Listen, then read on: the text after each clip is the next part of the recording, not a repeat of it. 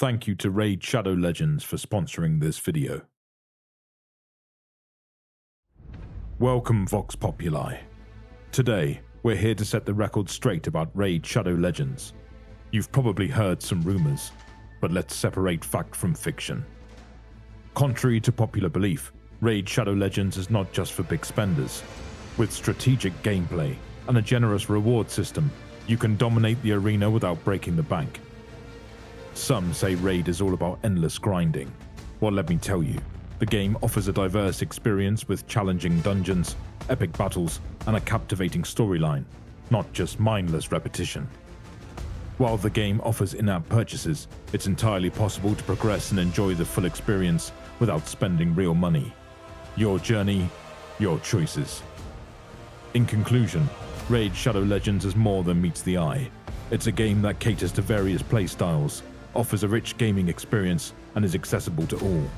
So join the Vox Populi Raid community and embark on an epic journey today.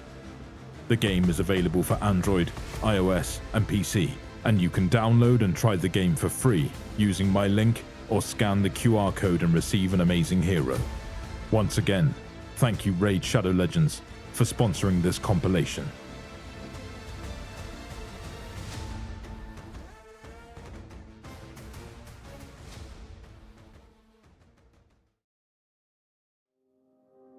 Brothers! I pause in the act of anointing the component pieces of my disassembled bolt pistol. This time it is Bernardin. He is no longer screaming along with the others. I set aside the oilcloth and listen, waiting to see if his lucidity will continue. The Vox thieves secreted within his holding cell are sensitive enough to pick up the faintest whispers. The others keep on screaming, their enraged voices filling my own cell with the cacophony of their impotent fury. Out of necessity, I filter them out with my lineman's ear, focusing solely on Bernardin's voice, waiting, hoping, dreading. Brothers! Sergeant Liar! Why am I here? Where is my squad? Why have I been imprisoned? I rise quickly from my workbench, don the grim, skull-faced helmet of my order, and step into a dark, vacant corridor, each side lined with 10 holding cells. 8 are currently occupied. Through the reinforced bulkheads, I can hear the lost roaring and raging as I pass. Some cry out challenges and denunciations in ancient, Baal-like dialects. Others bellow curses and threats in antiquated variants of Gothic that have gone unspoken in the Imperium for millennia. The spiritual miasma of their collective insanity presses in about me, but my mind and soul are as armored as my body, and I remain untouched by their madness. Bernardin is quiet as I enter his cell. The former Assault Marine's battered warplate has been repainted black and marked with crimson saltires in accordance with the ancient traditions. He sits upon an outsized interrogation throne built to withstand the struggles of an armored Astartes, his limbs secured by adamantium shackles thicker than my forearms. I do not have much time before his mind is plunged back into its inescapable delusions. I go to him and remove his helm. He blinks up at me, his cheeks stained by bloody tears, his eyes filled with confusion, horror, and pain at his predicament. Chaplain Valorant! Why am I here? What has happened to me? Where is my squad? I reach out a gauntleted hand and smooth back his unkempt hair as if attempting to soothe the distraught child. Always he asks the same questions, and always I must give the same answers. The Black Rage has claimed you, brother. You are being confined here for the safety of those around you. Your squad still lives, though it is Amand who leads them now. Sergeant Liar fell on Narius II while breaking a line of mutant cultists. You were also there, aiding your brothers as part of the Death Company. Under my guidance, you and the rest of the Lost tore the cult leaders apart. You still serve the Emperor Bernardin, just not in the way you did before. He bares his fangs at me, anger and grief contorting his tortured features. I have no memory of Narius II. I was on a ship. A terrible ship, twisted by chaos, corruption, and filled with demons and traitors. It is the vengeful spirit. You are reliving the final battle of our Gene-sire. Your mind is consumed by the last memories of Sanguinius himself. When the rage takes hold, you no longer remember who you are, nor can you heed the voices of your true brothers. How long? He demands, his voice thick with horror and despair. How long have I been in this state? Tell me! Since the liberation of Slaughterhouse 3. I say sadly. And have I harmed anyone? Have I spilled the blood of the innocent? No. I lie. We were able to subdue you before you could attack the serfs. Here, brother. Drink. Your throat must be parched. In an effort to distract him, I hold my canteen to his lips. Bernardin guzzles the water greedily, overcome by simple thirst. I stroke his hair, hating the need for deception. During the liberation, he had slaughtered 17 battle serfs once he had finished butchering the orc boarding parties who had tried to storm the corridor he had been holding. 3 of his squad brothers had sustained grievous injuries attempting to bring a halt to his rampaging. I tell him nothing of this. Some truths are far too terrible and soul-crushing to endure. Why do I still live? He asks quietly. I am unsure of the question. The rage of the Primarch invests you with strength and stamina far exceeding your baseline transhuman abilities, enabling you to fight on, despite taking wounds that would incapacitate a normal Astartes. You... No. Why do you allow me to live? Why have I not been given the Emperor's peace? Bernardin looks at me pleadingly, and I know what he is trying to ask. Because you are still a valued asset of the chapter, brother. The unquenchable fury of the Lost has enabled us to carry the day in many a desperate engagement. Captain Richter will not deprive his strike force of such potent weapons when our numbers are stretched so thin.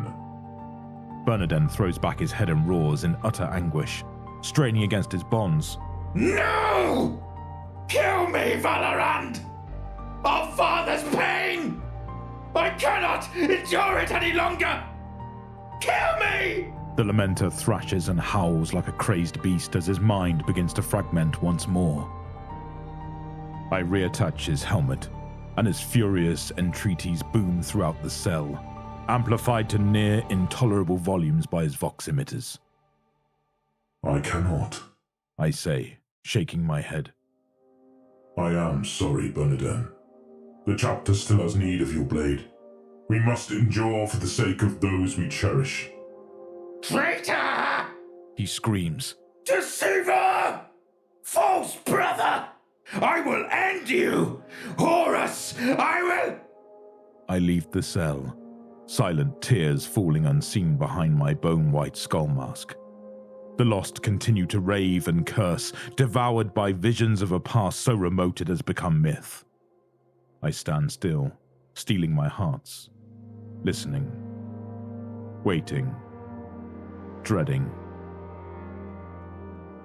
Brothers! Now it is Zuriel who calls. Only in death will my duty end.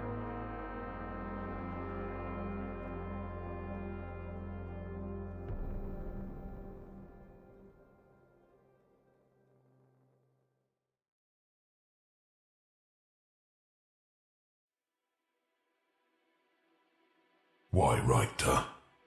Why did you refuse such an honor? How could you have refused it?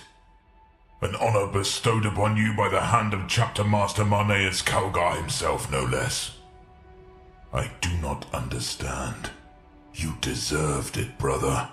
Beyond a shadow of a doubt. Throne, your whole damn task force deserved it. I lower the wine goblet from my lips and carefully set it aside. I should have known Antorelon would ask me this question. Should have suspected the topic of my unprecedented actions would be breached the moment he sought a private audience with me aboard the Daughter of Tempests. I regard him now with some caution. This Astartes I had come to consider a friend and a trustworthy ally. The Marine's errant captain stands before me, adorned in ceremonial battle plate. Each segment of blue and white ceramite polished to a lustrous parade ground sheen. His crested helmet tucked under one arm, his goblet of wine barely touched in his right hand. He does not appear to be angered or offended. He seems merely perplexed and disappointed. Despite his rank and the accolades he has accumulated during the course of the Corinth Crusade, he cannot compel me to justify my decisions. We meet as equals, as the appointed leaders of our respective chapter forces, and as brother cousins who have jointly shed greenskin blood during several successful campaigns. Still, if there is any Astartes outside of my command cadre who deserves an explanation for my actions, it is him, and him alone. It is because we are undeserving of such an honor, Antorolon, I answer grimly, as I stride over to the hololithic projection table dominating the center of the candlelit, shadow-haunted chamber. Unlike the Marine errant, I am unarmored, with my sole suit of warplate still being repaired by the few tech marines and artificer serfs left to us. I pace restlessly about the archaic device, clad in my synth-wool duty robes, my hair falling unbound over my tensed shoulders, one bare foot treading quietly upon the threadbare carpet, while its recently grafted augmetic twin clunks dully against the hard deck plate beneath. The flesh wounds I received during the Orcs' repeated boarding actions may have mended, but it is the spiritual lacerations festering in my hearts that are taking far longer to heal. Undeserving, Antorolon scoffs in a rare display of open amusement. undeserving of an iron halo, undeserving of the great glory and honor bestowed upon both you and the Lamenter chapter by fellow Astartes in recognition of your monumental achievement. You said the same thing to the Lord Calgar at the award ceremony, and had I not been present to witness the exchange, I would have never believed you had spoken such words. Why did you do it, Richter? What would cause you to? I hold up a forestalling finger as my hand dances over the inlaid cogitator runes in an all-too-familiar sequence. 3 seconds later, a hololithic projection of the Orc mining world of Slaughterhouse 3 explodes into existence in the air above our heads, accompanied by scrolling text screeds of accumulated data and our compiled after-action reports. What do you see, brother? I growl softly, unable to keep the pained bitterness from my voice. Look closely and tell me what you see. The Marine errant gazes analytically at the revolving image of a planet laid utterly to waste, his grey eyes narrowing as he tries to puzzle out whether or not I am asking him a rhetorical question. It does not matter. I already know what he is going to say. He will never see what I see. He cannot feel as I feel. In this I consider him fortunate. At times I even envy him. I see a great victory, Aeneas, for that is what it is. Antorolon speaks with all the confidence of a zealot, whose purpose and goals will forever be clear and unquestionable. His deliberate use of my forename driving home his unshakable belief in the place of a space marine within the Imperium of Man. I see the total destruction of vital enemy assets, the complete denial of invaluable war materials, and, in time, the very destabilization of the Orcs' resistance to our holy endeavors to see them eradicated from the Corinthian system and beyond. The Marine errant smiles, a noble warrior's smile full of pride and satisfaction. I cannot recall the last time such an expression crossed my own face. But that is not all, brother. Setting down his goblet, Antorolon steps up to me, still smiling. He rests a gauntlet upon my shoulder, and it takes all my self-control to keep from pulling away. I do not like being touched, especially by those who are not my chapter brethren. I see also that these are the results of actions undertaken by valorous space marines, the heroic battle brothers of your own task force, Richter. You fought against a vastly superior force of greenskins and destroyed Slaughterhouse 3 on your own, without my aid, or the aid of the Ultramarines. the Silver Skulls or any other Astartes contingent that crusades with us. This glorious achievement belongs solely to the Lamenters, now and for all time. It was a good deed. No, it was a great one. One most worthy of the Lord Calgar's praise and honor. You fulfilled your mission alone, and still emerged victorious, even in the face of overwhelming odds and despite the loss of so many Marines. Those are the kinds of deeds upon which legacies and legends are built, brother. Those are the grand feats of initiative and audacity every warrior of the Emperor should aspire to. No! I cry, the word clawing free of my mouth like a curse. I push Antorelon's hand away and step back several paces, gesturing despairingly up at the hololithic planet flickering above us. Anger and grief overcome me, and the veneer of my self-control cracks like porcelain. You do not see. You look, Estir, but you do not see. You behold a decisive victory. I behold only a colossal tomb, a vast graveyard that will forever stand as a lasting monument to the consequences of my great failure.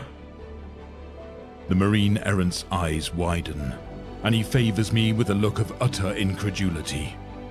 He does not understand, yet how can I expect him to? Misfortune and disaster do not overshadow his every decision and action. Melancholy does not saturate his soul, nor do bloody visions of his slaughtered Primarch trouble his rest. Antorelon is a worthy scion of a venerable chapter, forged of pure gene stock, who looks upon the galaxy as a true Astartes is meant to. And I am a descendant of botched laboratory experiments. An accursed creature whose raw bleeding hearts are forever bared before the ravening jaws and thirsting blades of a cruel and pitiless universe. How can you say that, Richter? The Space Marine demands, his demeanor stiffening, his patrician features hardening. What failure are you speaking of? I see nothing. When I gave the order for the seismic charges my battle brothers had planted in the depths of Slaughterhouse 3's mines to be detonated, I signed the death warrants of nearly 3 million mortal men, women, and children. I roar in anguish, unable to maintain my composure any longer. Were those enemy assets blaspheming heretics, Antorelon? Were they malcontent rebels seeking to cast off Imperial rule? Did they kneel in secret before obscene altars and lift up their hands to supplicate false gods? No! They were slaves. All of them. Prisoners, captured during raids on dozens of worlds along the eastern fringe, and funneled by their hundreds of thousands into the planet's mines to work until they perished. When I petitioned Crusade Command to be granted leave to attack Slaughterhouse, I did so in order to effect liberation, not merely to deny the Orcs a resource-rich world. I pause in my tirade and take a deep, forceful breath, running a trembling hand across my saliva-wet mouth, blinking in alarm as pulsing tendrils of the brightest crimson begin to writhe across my vision. Heedless of my dignity, I fall to my knees, clawing at the carpet as I struggle to regain control of my emotions. Both my hearts are hammering, fit to burst, and my strained muscles are slick with sweat. I grit my teeth in agony, wishing desperately I was in the crucible of battle once again, drowning my unceasing sorrows in oceans of Xenos blood. Red-tinged tears course freely down my cheeks. Unsettled, the Marine Errant backs away, his free hand dropping instinctively to his holstered bolt pistol, concern and revulsion warring across his face in equal measure. But you did liberate the Meneas.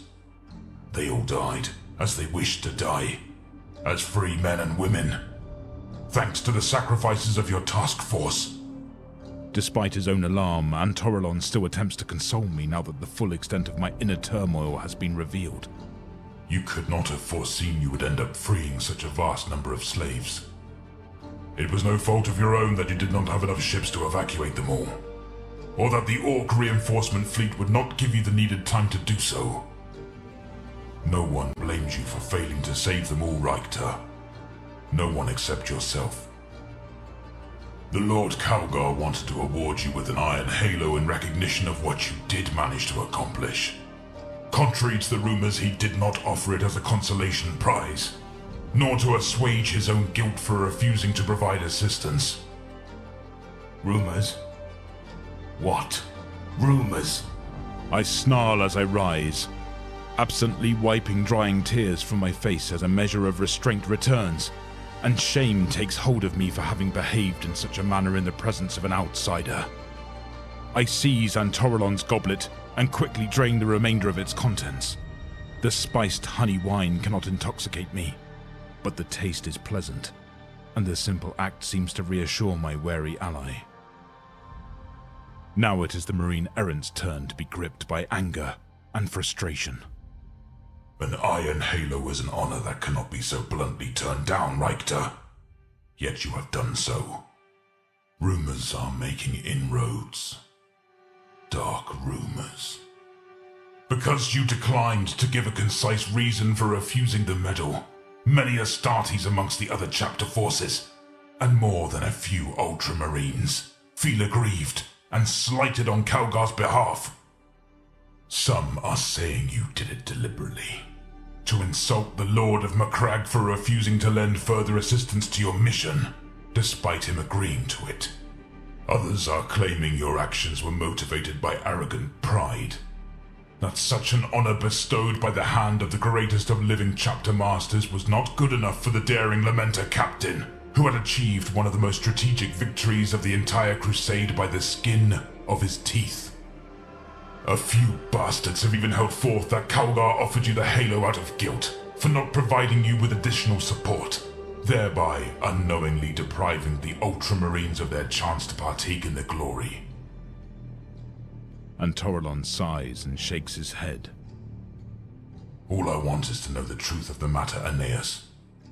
I see now that the Halo means nothing to you. Yet I know you are a man whose hearts are devoid of arrogance, and I've nearly come to blows with several naysayers in the defense of your honor.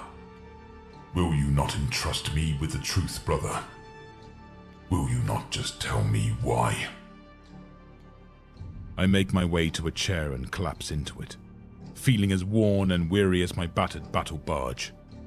Antorelon relaxes somewhat, and removes his hand from his sidearm. Rumors. Of course there would be rumors. Of course they would reach the ears of the Marines Errant. Of course my ally would seek to defend me against slander and unjust accusations, even though the Ultramarines are his chapter's progenitors. The captain is a worthy friend, one I do not deserve. I will tell him the truth. I will confess it to him, though doing so will cause us both nothing but pain. Blood of Sanguinius. Why did he have to ask? Why couldn't I have been left alone to mourn and nurse my wounds in peace? Rumors or no rumors. The truth of the matter is that I am ashamed, Antorelon. I raise my head and meet his gaze, my bloodshot eyes boring into his. Unable to stand the sight of an Astarte so tormented by such human emotions, the Marine Errant averts his face. Do you think it was a decision I made lightly? I was tempted to accept the Iron Halo, tempted as any other Space Marine to bask in the adulation and acclaim of my peers, for even a Lamenter still possesses a warrior's dignity, and a warrior's pride. But as exalted as Marneus Calgar may be, he is not my liege. Come the Crusade's end, and my men and I will eventually return to the Mater Lacrimarum, whereupon I shall be expected to kneel before Malakim Phoros, my chapter master, and give a personal account of my deeds and the deeds of my battle brothers, both those living and those dead. And And My voice trails off and the tears threaten to spill again as unwelcome memories of the final desperate engagement flood into my tumultuous mind. The daughter of Tempest shuddering as she unleashed her payloads against wave upon wave of Orc ram ships, kill cruisers and fighter bombers. A lone battle barge, her escorts and under 200 Lamenters defying nightmarish odds to buy enough time for less than 1/10 of the freed prisoners in the few transport vessels and slaver ships, capable of warp travel to escape off-world. The bestial war cries of green-skin boarding parties as they piled into our beleaguered barge, only to be beaten back by the unrestrained savagery of unprecedented numbers of battle brothers lost to the madness of the Black Rage. The last signal received from the men and women still stranded planet-side imploring me to grant them a merciful death so that they might never again be the pawns of vile Xenos. The surface of Slaughterhouse 3 consumed in great tectonic upheavals as hundreds of seismic charges are detonated deep within its mines and tunnels. Scores of yellow armored bodies lying lifeless in corridors choked with the rent remains of butchered orcs. A victory that is also a defeat, and a defeat that is also a victory. All of this and more I must relate to Lord Phoros upon my return. If I return. And Aeneas? And Toralon's voice is a low murmur. He is still making a point of not meeting my eyes. I push the intrusive recollections from my mind and all but spit the exact reason for my refusal at the Marine Errant's feet. And what would it have availed me, brother, to enter into the presence of my liege and the elite veterans of our first company as a victor covered in glory, bearing an iron halo? One of the most prestigious honors that can be bestowed upon an Astartes. That had been won at the cost of an entire planet's worth of martyred men, women, and children. How could I have dared to meet the desolate gaze of the Lord of Ruin and present him with a medal consecrated in the blood of nearly 3 million of the Emperor's loyal subjects? My entire brotherhood would have been disgusted, and I would have been unable to live with the shame of it. That is why I could not accept the halo and Toralon. Why I dared not accept it. This great victory is naught but bitter ashes on my tongue. Let the naysayers claim what they will. I still stand by what I told the Lord of the Ultramarines. We were undeserving of the honor. Calgar understood, even if his fawning sycophants do not. This is the truth, the very heart of the matter. Are you satisfied, Estir? Does this answer your question? And Toralon is silent for a long moment, standing statue still as he takes in my words. The light from the dozens of candles flickering across his pristine armor and shimmering in his cropped blonde hair. Yet the shifting shadows agitated by the flames seem to swell in the silence before flowing between us like that dark Stygian river of ancient Terran myth that separates the dead from the living. I am cut off, sundered from all familiar surroundings. Motionless I sink, floundering as rearing night-black waves threaten to engulf me. The abyss yawns invitingly. I shudder, as if enveloped by a deathly cold. I should have never granted the Marine Errant an audience. Should never have attempted to justify or explain myself to him. I am alone. My chapter is alone. We have always been alone and we always will be. The moment lasts for an eternity. The shadows lengthen. They curl around my heart and entwine about my thoughts, constricting, devouring, swallowing. Yes, I am sorry, Aeneas. The moment ends. I am somehow still breathing. And Toralon confronts my gaze and there is nothing but naked pity in the Space Marine's eyes. I should have left the matter alone. I had no right to test the bonds of our friendship with such invasive questions. Forgive me. I will take my leave and trouble you no more. The Emperor protects. He dons his helmet, obscuring his pity behind an unreadable mask of martial dispassion, then inclines his head and makes the sign of the Aquila. I rise and do likewise. I say nothing. I do not trust myself to speak. Formalities concluded, Captain Estir Antoleron strides from my private chambers to be rejoined by his waiting honor guard. With an anguished, animalistic roar, I snatch the empty wine goblet from the chair's armrest and hurl it with all my might at the projection table, destroying the cup and causing the hololith of that vast planetary tomb to wink back out of existence. The silence closes in again, the isolating shadows drawing tighter about me like coiling snakes.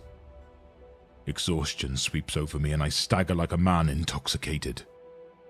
My senses falter, and I feel myself falling at last.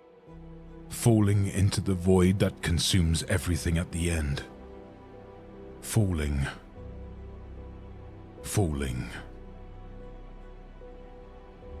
Then I am caught. A pair of powerful arms wrap around me as my knees start to buckle. The shadows slowly dissipate, and I gradually become aware of my surroundings. I hear the thrum of active fiber bundles and feel the familiar contours of ceramite plating pressing against my skin. Brother Captain. Chaplain Clopas' harsh, war-worn voice rasps from his vox grill like a blood-starved revenant's. Be still. I am here. Return to the light. Return to those you cherish. I clutch at the Space Marine's pauldrons like a drowning man, anchoring myself against the solid reality of his imposing black armored form. He holds me, and I allow myself to be held. You are weary, Aeneas. There is neither scorn nor condemnation in Clopas' observation, only knowing sympathy for my plight. I nod my head, reassured and comforted by the steady beating of his twin hearts. Yes, I am weary unto death, but am still too much of a stubborn bastard to yield. The old chaplain scrutinizes me through the baleful red eye lenses of his alabaster skull helm. Somehow I know he is grinning, despite his own internal pain. I am glad to hear it, Captain. Come, let us head to the chapel together. It is almost time for evening prayers, and your warriors are waiting for you. My warriors. With a grueling effort of will, I soar above the ocean of melancholy, threatening to swallow me, and come fully back to myself. I am not alone. My battle brothers are with me still, even when my strength fails and my grief overwhelms me. Less than 100 Astartes remain standing after the liberation of Slaughterhouse 3, and not a man amongst them objected to my refusal of Calgar's Iron Halo. Our love for our liege and for the Emperor's people is far greater than our hunger for the transitory honors and praises of those who have lost sight of what it means to be the bulwark against the terror. For we are Lamenters. Our blades, our blood, our tears, and our deaths we offer up without complaint to the Imperium of Man, even as our Primarch progenitor freely offered up his. We are the Zions of Sanguinius. Ours is the glory of sacrifice eternal. Ours is the duty that never ends. I stand back from Brother Clopas, and we grip one another's forearms firmly in a proper warrior's embrace. The stalwart chaplain's continued survival is a blessing beyond my ability to articulate. I would be truly lost without him. For those we cherish. I recite the first part of our chapter's battle cry with a welcome sense of pride and satisfaction, adding grandeur to the words. We die in glory. Clopas finishes with a guttural cry of pious defiance. Then he draws his ancient Crozius and brandishes it over me reprovingly. You have been brooding here in solitude and shadows for far too long, Captain Aeneas Richter. Your men have been deprived of your presence long enough. As penance, You'll be required to run all the way to the chapel like a panicked courier serf with a horde of demons on his trail. I will follow at your heels at a dignified jog. Hopefully we will arrive before our brothers all fall asleep on their feet. Otherwise I will have to yell even more than I already do. And you know my voice isn't what it used to be. Now I am also grinning in spite of myself. Run? Run about my own ship like a frightened mortal? My good chaplain, I regret to inform you that all of Calgar's praise has completely gone to my head. Running in panic is too base an act for me now. Besides, why simply run when we can race? Race? The two of us? Clopas laughs outright. Ha! You are an arrogant whelp, Aeneas. It is quite hopeless. I will best you quite handily, for I am fully armored while you might as well be naked. Victory shall be mine, even if I gave you a 10-second head start. Aye, Aeneas! I am already hurtling out of the chamber and dashing down the corridor as fast as my legs can carry me. My robes streaming behind me like grey wings. Last one to the chapel is a mortar factor! Clopas comes charging after me like an enraged bullgrox, bellowing colourful castigations at the top of his lungs. I put on more speed, feeling every fibre of my gen-hanced body surge anew to vigorous life. My pounding heart's almost giddy with pure delight. It is as if I am regressing back to the long-lost days of an unremembered childhood. I throw back my head and laugh with the blended joy of both a boy and a god as I race from the darkness back towards the light and to the cherished warriors awaiting me to lead them in deeds of glory once more.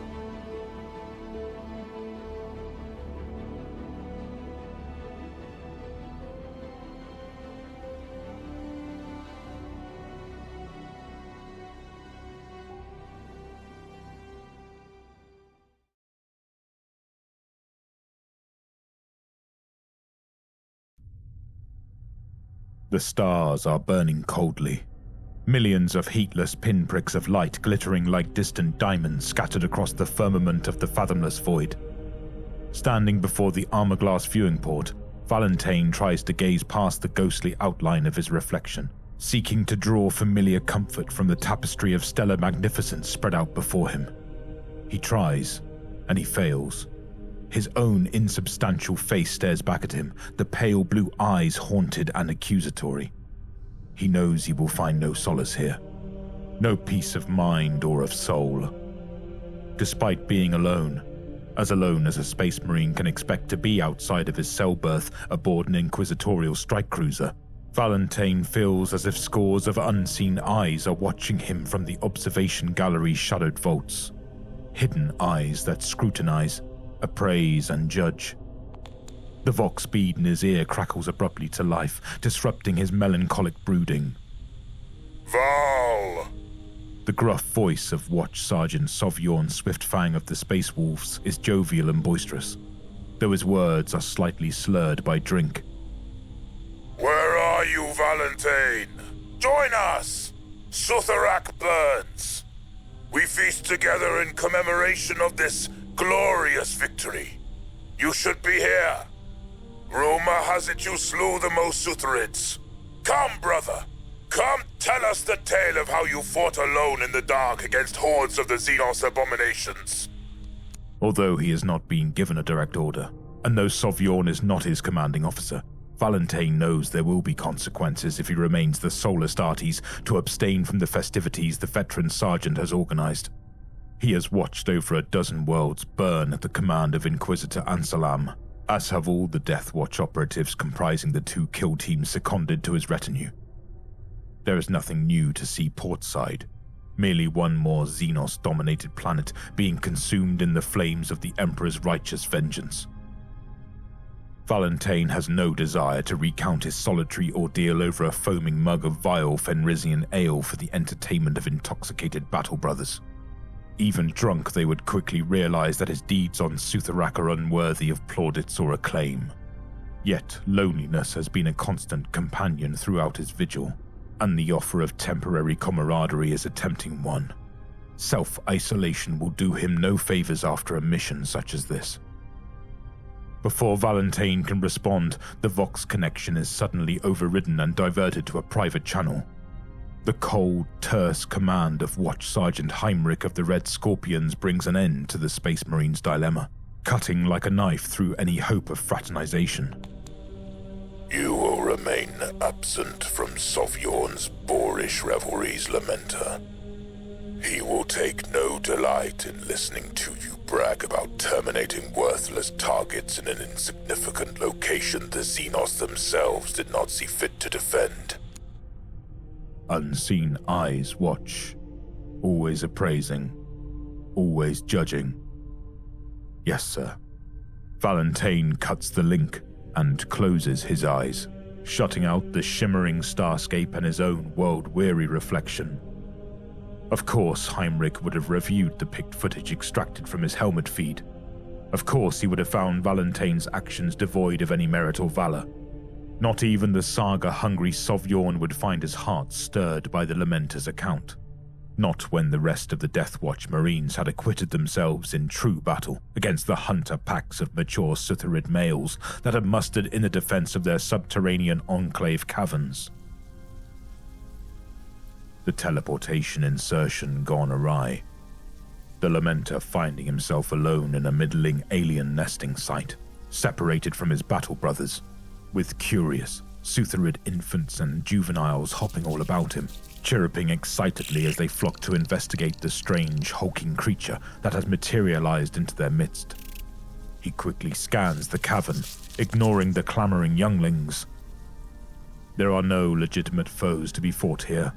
No nest matrons or roving hunter packs within detection of his armor's auto-sensors.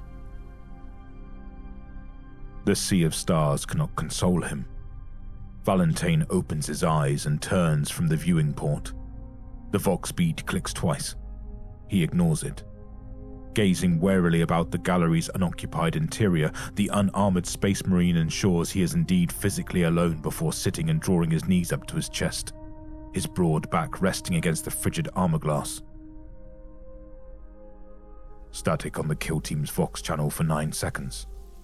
Then Heinrich's distorted voice breaks through, demanding to know his location. The isolated Lamenter dutifully gives the status report, the inquisitive Suthurids clawing and nipping at his ceramite-plated legs and boots, fascinated by the mysterious ebon-armored intruder. The Red Scorpion's orders are curt and brook no dissent.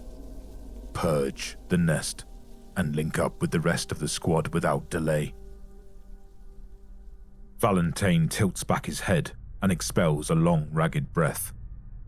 Several decks above him, his Death Watch brethren celebrate their hard-fought victory in the tradition of the Vilka Fenrika, drinking to the destruction of Suthurak and the extinction of the Suthurid race, while boasting of their feats and kill tallies. Even Inquisitor Ansalam is pleased, having secured samples of the Suthurid's primitive technological artifacts, along with biological samples both living and dead. He consigns the Xenos homeworld to holy annihilation. The Space Marines will return to watch Fortress Oberon as lauded heroes of their respective chapters, save for one. The Suthurid youngling scattering from him in terror as he opens up with his bolter, the mass reactive rounds blowing their small scaly bodies to bloody ruin. They make no attempt to attack. Instead, they try to hide. It prevents nothing. The Lamenter slaughters them with ruthless efficiency, tossing frag grenades into their burrows, crushing their skulls with his fists to conserve ammunition, hacking them to pieces with his power sword, his litanies of hate drowning out their shrill, agonized shrieks. The Vox clicks again. Persistent. Insistent. The unseen eyes watch, evaluating, judging. The stars glitter at his back, coldly burning. Valentine relents and opens the link. Damn you, Val! Sovyorn slurs distractedly. When are you going to? No, I will not join in the feast. I have no tale worth telling. Valentine pulls the vox bead from his ear before the space wolf can object, before words are exchanged that will only serve to breed animosity between them. It is better this way. His brother Astartes deserved to remain unsullied by the shame eating at his soul like a malignant tumor. Perhaps only his martyred gene-father would have understood the pain. I have no tale worth telling, he says again to the watchful shadows. I will never have a tale worth telling. The sole surviving Sutharid cowering amid the dismembered remains of its butchered broodkin, staring wide-eyed at Valentine as he strides towards it, its blood-spattered flanks quivering, flinching at every sound of the Space Marine's thunderous footfalls. It does not run as he reaches down, his black gauntlet closing like a vice about its trembling form. Its jaws part in a single plaintive cry as Valentine's armored fingers tighten, its delicate bones cracking like brittle twigs beneath the inexorable pressure. Sutharak burns. The Deathwatch Marines exult in their victory. The Lamenter bows his head upon his knees and silently weeps.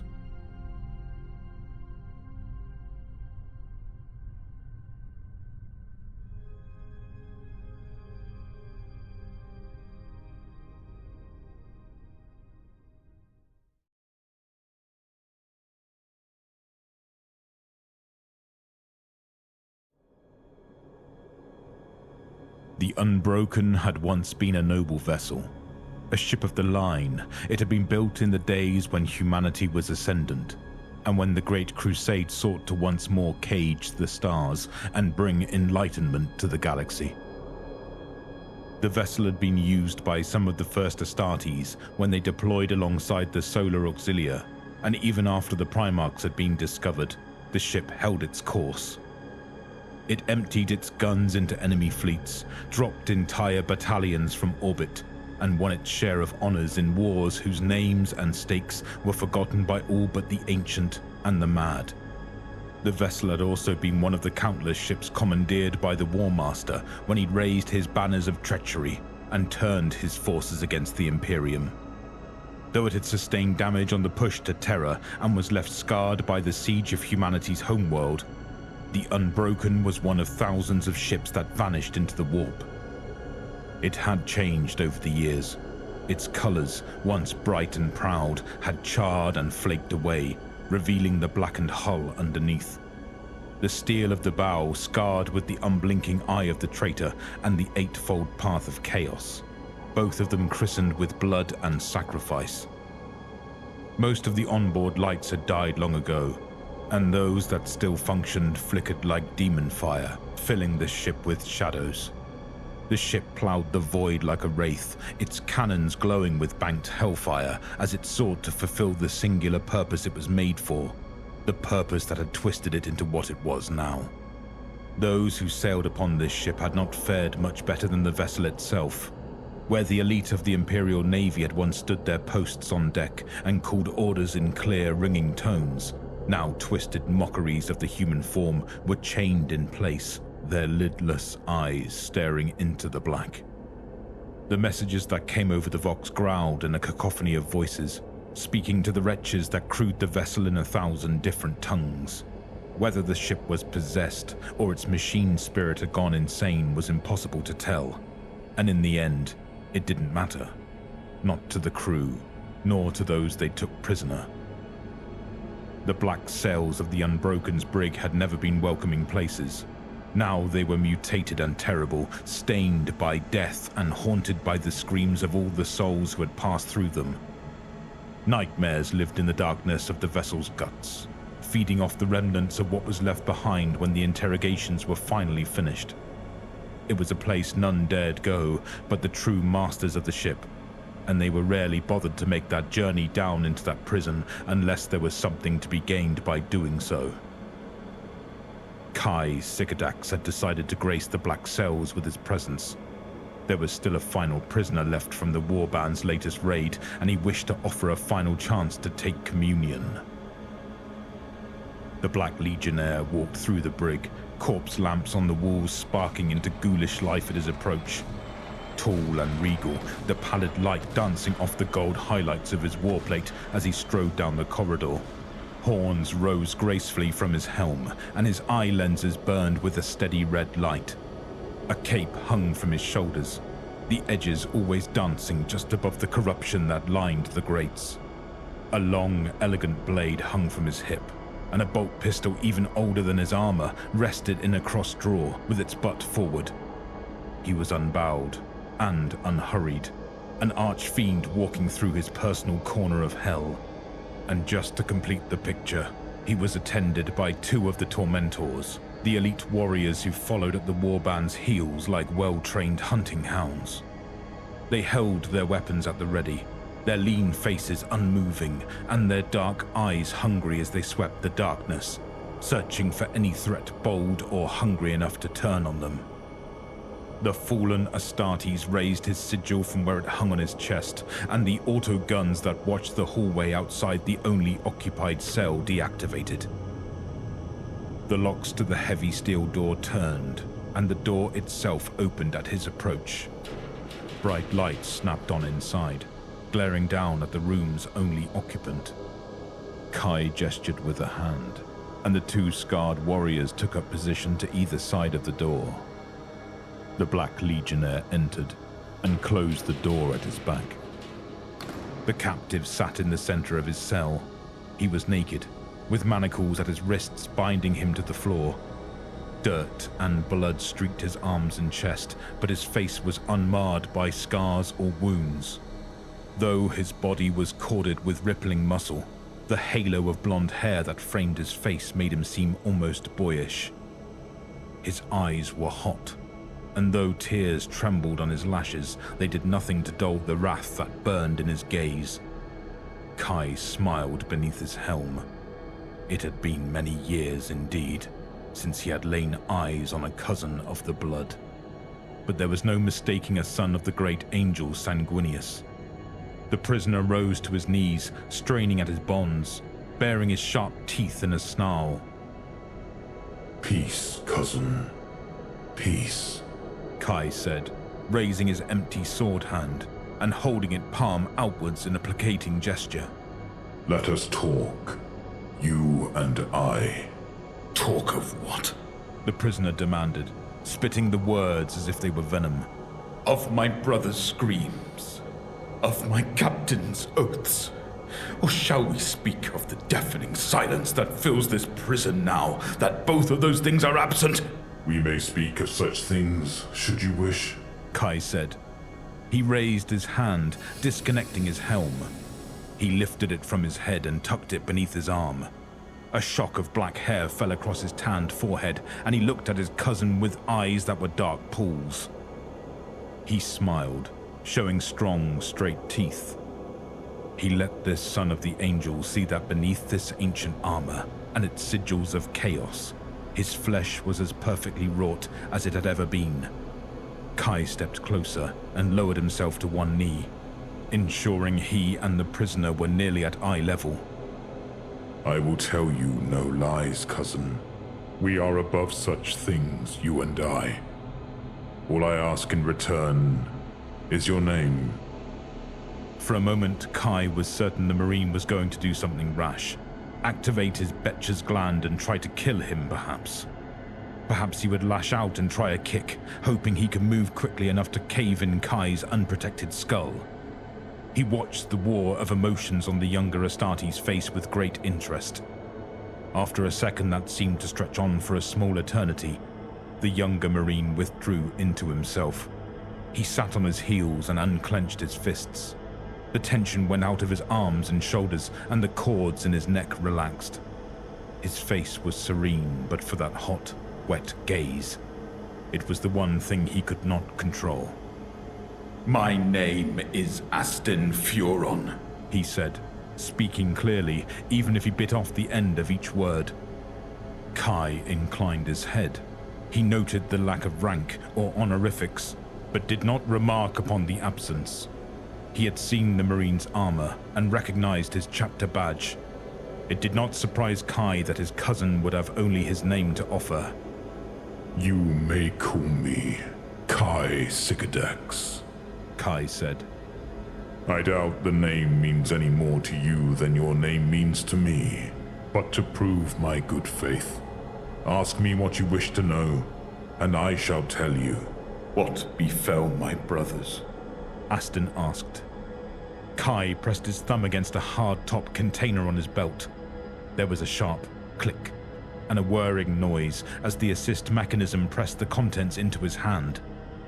Rather than a magazine of ammunition, though, Kai held up a flat, rectangular case. It had been painted yellow, with a checkered black and white field on the lid. A bleeding heart sat atop that field, rendered in a perfect hand. The box was dented and scarred, carrying the marks of long travel and hard use. The young Marine said nothing, but the sight of the box stole the wind from him as surely as any blow. They died well, if it's a consolation to you, Kai said as he opened the small case. Inside was a stack of heavy cards, the edges slightly bent from long use. Kai turned the case over, sliding the cards into his hand. There was no begging, no bargaining. None of them accepted my offer to bend the knee and swear to the War Master. Did you expect them to? The young Marine asked, his voice a sharp hiss. I did not. I have seen many sons of Sanguinius in my time. You are all as dangerous as you are strong-willed. Kai smiled ruefully as he held up the deck. And while I have seen many librarians over the years, never did I see one who carried a deck like this. I take it you recognize these well enough. Those cards belong to Captain Gary and Aleo, Aston said. His throat clenched and his voice hitched, but he shook his head hard. Not in denial, but as if he were trying to throw off the grip of grief before it could fasten around his throat. He wouldn't even tell us his name, Kai said. In a display of dexterity and grace, he carefully rearranged the cards in his palm. His dark eyes never left the bound Marine as he shuffled, and Aston's eyes focused on the cards with a singular ferocity that was almost unnerving. Shall I lay out your future for you, to allow the warp to convince you where my words might fail? Aston said nothing. Kai shuffled for another few moments, then he began to draw and to lay the cards out one by one. He placed them in a pattern he called the Broken Wheel, laying the cards along the eightfold path in an alternating pattern. It was as if the symbol of chaos were being woven, the lines of fate teased out, and then revealed with every turn of the deck. Here is the start of your journey, the Squire. I suppose this is your captain's interpretation of the young warrior, as the sword and training yard in the background are much the same. Then we come to the next step, the Astartes. I can imagine the relief you felt when the process was done, and the pride that blossomed in your chest when you were given your armor. While we may not say it aloud, even among each other, there was a part of us all who feared we would fail that final test. The young Marine held his silence. If not for the pulse in his neck, he might have been a statue. Kai turned the next card and looked at it a moment before he laid it down. The Warped Renegade, he said with a small laugh. An unflattering portrait, but not an inaccurate one if I'm forced to be honest. Then again, it is just as possible this is meant to be another member of the ship's warband, eh? Aston didn't speak, but Kai nodded, just as if the younger Marine had agreed with him. He drew the next card and pursed his lips while he stared at it. The sword, he said, laying it at the position of the western spoke of the wheel. This card could be a metaphor. See, here, the rays of golden light that shine from the blade. It is not unlike the color of your armor. But if we look more closely here, Do you not think this sword bears a striking resemblance to the one your captain wielded? From one bladesman to another, it was a thing of beauty, and a privilege to carry it, even for a brief time. I took it to the armory myself, and ensured it was properly locked in place. Its name is Satayo, Aston said, speaking almost as if he was in a dream or a trance. It means the thirst. A fearsome name for a fearsome blade, Kai said, drawing the next card. Perhaps it was merely an artistic decision to place an image of that sword here, in this deck. But we should not dismiss what the cards show us as mere coincidence, should we, cousin? Kai turned the card and chuckled to himself. It depicted a swirling miasma of greens and reds that seemed to nearly pulse on the card. It was a thing of darkness that seemed to suck at the space around it, drawing the eye just as it drew light from the surrounding stars. Kai placed the card into the arrangement and then tapped it with the tip of his armored finger. The eye. A simple enough statement to follow. Have you ever seen it, cousin? No, Aston said. A tremble went through his body as he spoke, a shiver that made Kai think of a fever. He watched Aston for a long moment before his smile returned to his face. It did not reach his eyes, though. Perhaps you may yet have the honor of doing so, the Black Legionnaire said. Kai pulled the next card and frowned at it. It was a detailed portrait worthy of a master, with all the horror of a nightmare made flesh. A colossal figure melded with impossible armor, his dimensions fearsome and terrible, his eyes burning with the colors of the ancient gods. He held out a bloody claw, as if beckoning the viewer to come and face him, if they had the mettle to do so. It was the War Master Abaddon, but the card was inverted. Kai considered writing it, but he had said there would be no lies between them. Not only that, but breaking the pattern with a lie just before the final card could have consequences he would rather avoid. The War Master, Kai said, the corners of his mouth turning down slightly. A good likeness. It does not capture the details of his form, but I would say that his soul is on full display in this portrait. It's upside down, Aston remarked. All the better for you to see it, Kai said. He was tiring of the game, and he pulled the last card of the spread. His frown deepened. A winged figure knelt in a pool of its own blood, a spear stuck into the ground nearby. Its teeth were gritted, and every throbbing vein and line of muscle seemed to strain as it tried to lift itself up against impossible odds. Shadows surrounded the figure, their weapons raised, and their mouths open in silent war cries. He had never seen such a card in any deck of the Emperor's Tarot before. He placed it in the final, empty spot, and spoke the name of the card as if ending a ritual. The Martyr.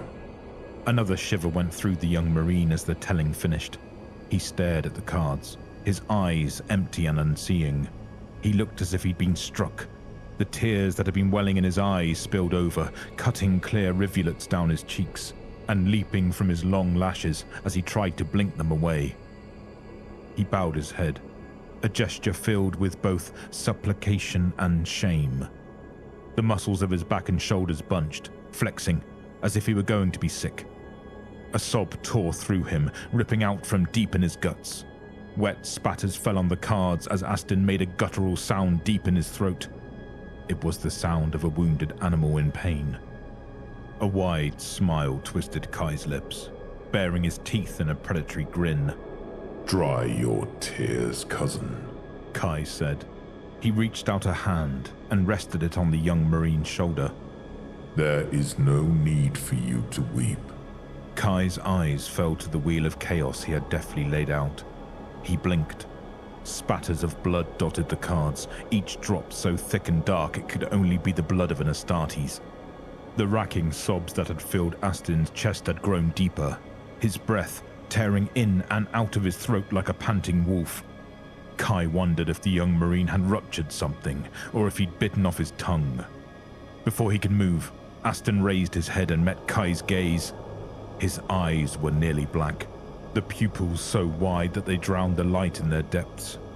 Blood ran from his eyes like crimson tears, dripping from the tip of his nose. His lips quivered, showing his long, sharp teeth. Lightning shot through Kai's mind, ignited by the immediate danger in front of him. His gene-forged body was already emptying adrenaline into his bloodstream, and combat stim shot into his widening veins, traveling with every beat of his twin hearts. His nerves twitched, electrical signals crackling through the black carapace as he commanded his power armor to move. Time slowed down, and seconds stretched out into liquid eternities. But Aston moved even faster. In the time it took for the first impulse to light in Kai's mind, the young Marine's muscles surged forward. His restraints, which had been strong enough to hold him for days, snapped under the force of his fury. The steel dug furrows into his wrists and flayed flaps of skin from the back of his hands, dislocating several of his fingers, but Aston didn't seem to notice. Kai's legs were flexing, and he tried to raise one arm to shield himself, but it was like he was moving underwater as the younger Marine shot through the gap in his defenses. One bloody hand clamped onto the side of Kai's head, yanking it to the side hard enough he felt something in his spine give way with a brittle snap. Then there was a sharp, wet heat at his throat, just above his gorget. Aston's fangs sank deep into Kai's flesh, and he yanked his head like a hunting beast. Blood fountained from torn arteries, and air whistled through the Black Legionnaire's rent windpipe. He reached for Aston's head, but Kai's armored fist only caught hold of the Marine's blonde locks. Lunging forward once more, Aston sank his own wounded fingers into Kai's throat and ripped the hole wider, burying his face in the wound as he bit, tore, and drank. Kai's body shuddered beneath him and went still as Aston raised his dripping maw from the nearly decapitated corpse. These tears are not for me, Aston growled as he placed his hands on either side of Kai's head, staring into the dead man's eyes as he started to squeeze. They're for you and all the other traitors!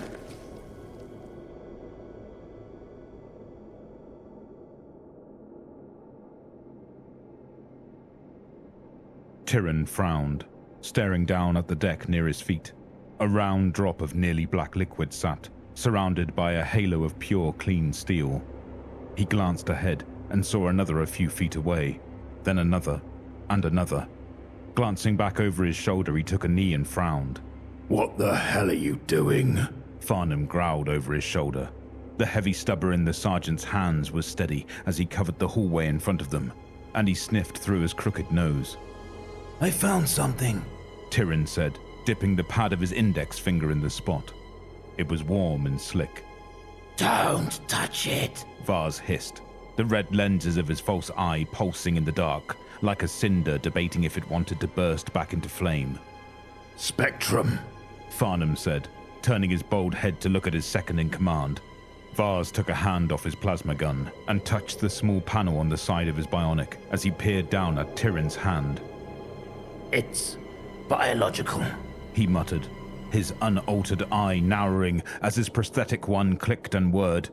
Spectrometer readings are off. None of these numbers make sense. Tyrion carefully brought his hand towards his face and sniffed. The sharp stench of copper crawled up his nose, powerful enough to make his eyes water. It smells like blood. Vars leaned closer, his scarred lip drawing back from his yellowed teeth. Then he stretched his neck until it cracked with a hollow crunch. I don't know what kind of thing could survive having that in its veins. Conversation for another time, Farnham said, the burn scars along one half of his head tightening up as he frowned. We're here for a reason. Focus. Urlock wants a report on what's happening, and if we don't get it to him prompt-like, we better hope it's because we're dead. Each of them took a fresh grip on their weapons, and a deep breath of the foul, stagnant air. Farnham lifted 2 fingers and a thumb before curling his hands into a fist, then pointing down the hall. They split into an advance pattern, with Farnham in the lead, and the other 2 flanking him in a staggered line on either end of the hall. Their boots splashed through muck, and their body armor creaked. Sweat trickled down their necks and stung their eyes, but none of them was willing to blink.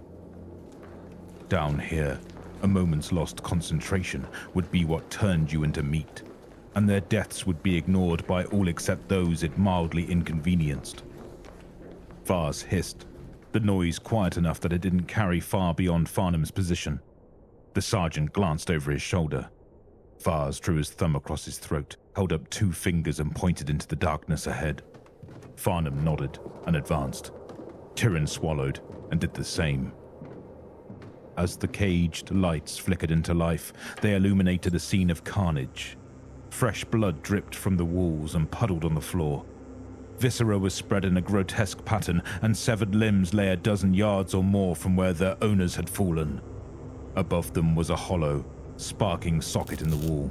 The auto guns had been torn out of their mounting and reduced to little more than a pile of scrap.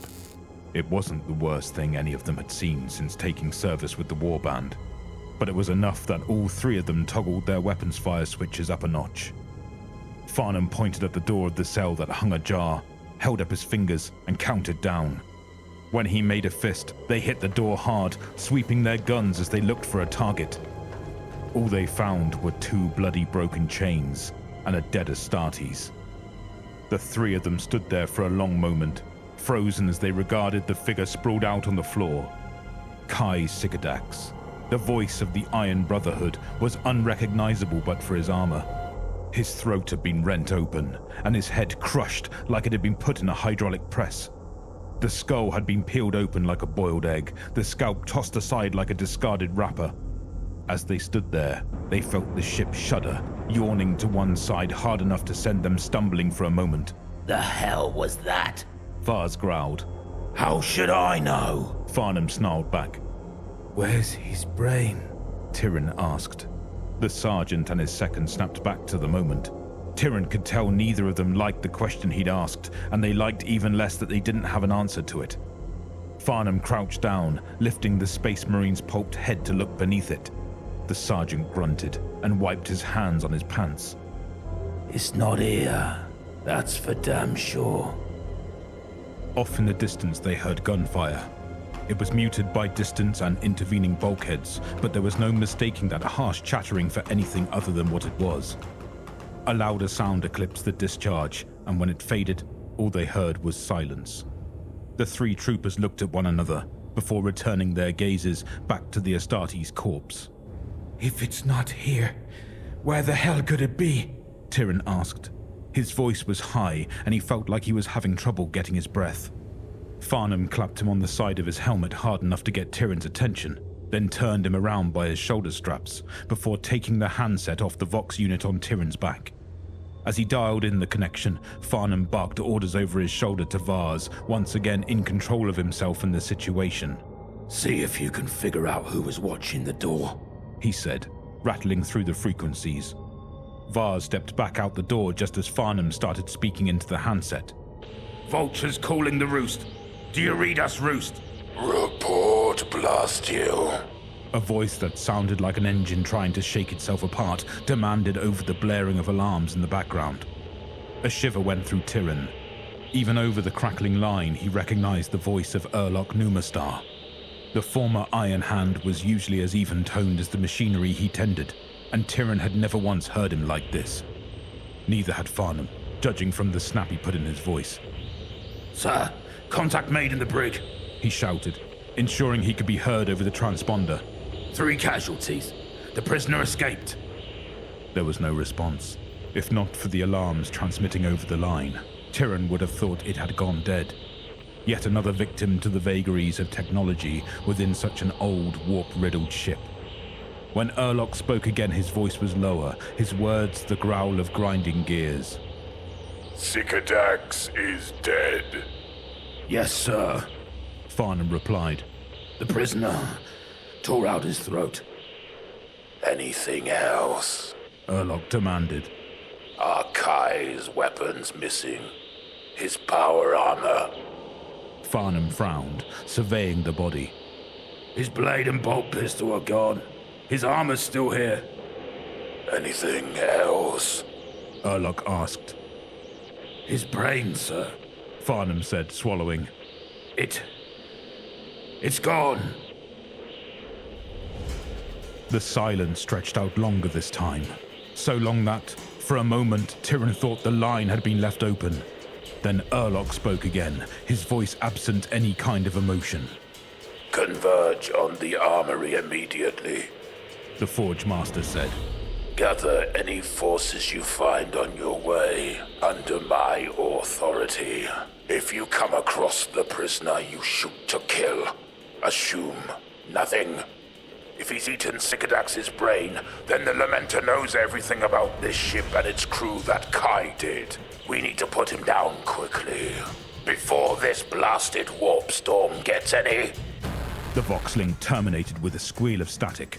Tyrion looked back at his sergeant, a question in his eyes. Before he could say a word, the ship pitched again, the light sputtering into darkness. Tyrion's helmet clanged off the deck, and he spun through a blackness filled with vertigo. The ship righted itself violently, and Farnham's weapon discharged as he fell. Bullets ricocheted through the room, sparking off the steel walls like comets. One of them tore through Tyrion's shoulder, and the sharp, immediate pain was enough to blow the mist out of his brain. He cried out, clutching at his wound. As he did, Tyrion felt a heat blooming in his skin. The heat expanded, burning through his veins, making his muscles spasm and flex. His ears grew sharper, his skin more sensitive, and his nose more keen. He could feel the pressure of the atmosphere against his body, and hear the blood roaring through his veins. But the only thing Tyrion could smell was blood. A bright, blue-white light pierced the darkness as Vars stood in the open hatch, his plasma gun clutched in both hands. His bionic eye swept the room, and his lips curled back from his teeth. What the hell is happening? Vars demanded. I don't know, Farnham said, getting to his feet. He dug in his belt pouch until he found his angled flash, securing it in a strap on his armor before flicking it on. He knelt near Tyrion and helped roll him onto his side. Urlock said get to the armory, so that's what we're gonna do.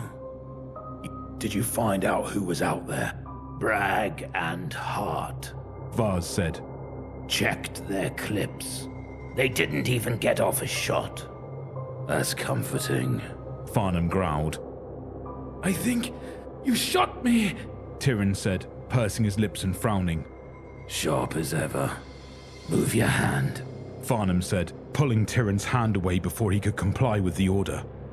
Tyrion saw that the tip of his first finger was coated with his own blood now, from where he'd accidentally pressed the digit into his wound. Extend your arm. Tyrion did as he was told. There was pain there, but it was far away. He swore he could feel his body trying to put itself together again, his heart beating hard and fast in his chest. His nose was numb, and no matter how bright the light, his pupils wouldn't constrict. Farnham nodded, drew his knife, and cut away Tyrion's sleeve so he could get to the wound. Once the injury was unobstructed, the scarred sergeant took out a pressure patch and ripped it open. He pressed the two sides on simultaneously, the chem seal hissing as it affixed itself to Tyrion's wound and went to work. You're lucky, Farnham said, offering Tyrion his hand. Through and through. No major bleeders, cuts, or bones broken. On your feet now, before something down here gets the smell of fresh blood and comes to see what's what. Tyrion bared his teeth and grabbed Farnham's hand with his uninjured arm. The sergeant hauled Tyrion to his feet, then slid his heavy stubber back into his hands. Tyrion stepped to where his las had fallen, picked it up, and checked it. It had a few new dents and dings, but the power pack was solid, and it hummed when he flicked the safety off. Farnham nodded, clapped Vars on the shoulder, and the three of them moved. They ran, boot heels banging on the steel grating, splashing through puddles of unidentified ichor and stagnant water. Vars called distances and trajectories, scanning the darkness beyond the reach of their meager lights. They all kept their weapons up, each covering a different direction. They bolted down side corridors, weaving and changing direction to throw off the scent of anything that might hear them down there. All they saw was darkness, though, and all they heard was the panting of their own breath and the pounding of their blood in their ears. Their nerves were stretched taut as steel cables, ready for anything to happen. But nothing did.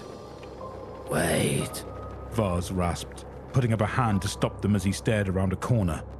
They'd pelted down a side corridor, cutting toward one of the 3 stairwells that led out of the brig and which gave them easy access to deck lifts. Farnham half collapsed against the wall, chest rapidly expanding and deflating as he sucked in air. Tyrion was panting, his mouth open like a dog, but he didn't feel winded. If anything, he felt like he could run from where they were all the way back to the armory if he had to. Vars leaned out a little further, and his mouth dropped open slightly as his bionic whirred and clicked, peering into the dimness. When he next spoke, his words were tinged with something Tyrion had never heard come out of the man's throat, a mixture of awe and fear. Liar's throne. What are you staring at? Farnham snarled. He shoved past Vars, advancing down the hallway. Tyrion followed on his heels, covering their rear. Farnham's footsteps stuttered, then stopped. When Tyrion turned around, he saw what had rooted Vars to the spot. The stairway out of the brig was a twisting spiral cage, meant to provide maximum cover to those who were defending it from anything that might try to force its way up from below. Gun ports along the side had discouraged most things from trying, and aside from occasional incursions by the slithering monstrous things that lived in the ship's guts, these stairs were the safest place one could be on this level. It still hadn't been enough. A river of gore led to the stairs, and ichor splattered the walls.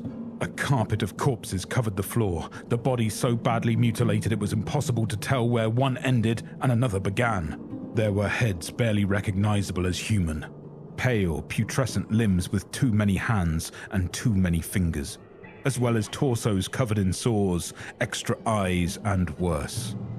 The armor plating of the stairs had been ripped apart, the metal reduced to slag by the field of a power weapon, and then rent asunder and flung to the floor. Bodies hung from the armored overhang above, a mute testament to the savagery at the being who had torn through this hardpoint like an angry storm, leaving nothing but silence and blood in its wake. Looks like we found where the prisoner went, Farnham said. He spoke louder than normal, but it wasn't enough to cover up the brittle core of his voice. Come on, boys. We don't want to let him get away, do we? Tyrion and Vars said nothing, but they followed Farnham through the bodies and up the stairs to the staging area. They found more of the same, with the security personnel cut to ribbons. Judging from the scorch marks and shrapnel, someone had managed to get a grenade off in the small space. It had done more damage to the defenders than their target, it seemed. The consoles were smashed, their screens reduced to splinters, but red lights still flashed in a few places. 3 open lifts stood arrayed against the rear wall. One of them was gone. Should we call this in? Tyrion asked. No point, Farnham said, clambering into one of the lifts. When the others had joined him, he hit the button for the deck they wanted. Urlock doesn't care where the prisoner ain't. He said get to the armory, so we get to the armory. The 3 of them said nothing as they rose up into the middle decks of the ship. In the silence, though, they heard the blaring alarms and the sound of distant weapon discharges. The lift shuddered, halting while it was halfway between decks. The ship groaned, and a light blew in its cage above them. Vars, boost me up, Farnham growled, pushing his weapon up onto the deck.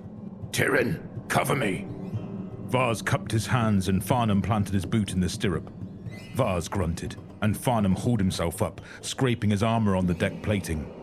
The sergeant was on his feet in a moment, weapon in hand as he scanned the hall. Vars jerked his head, and Tyrion went next. He practically launched himself from Vars' hands, wriggling through the gap quickly. Blood stained the patch on his shoulder, but the wound felt numb. His boots were barely clear when the lift shuddered, dropping several inches. This damn thing is gonna shake itself apart, Farnham snarled. He slung his weapon, then held out his hand. Jump, damn you! Vars leaped, grabbing the edge of the deck, and Farnham's hand. The sergeant grunted, and the lift shuddered again, the cage slamming back and forth in its steel throat. Tyrion grabbed Vars by the arm, hauling hard enough to whip Vars up through the gap. Not 2 seconds after his boots were clear, there was a snapping sound, and the lift plummeted.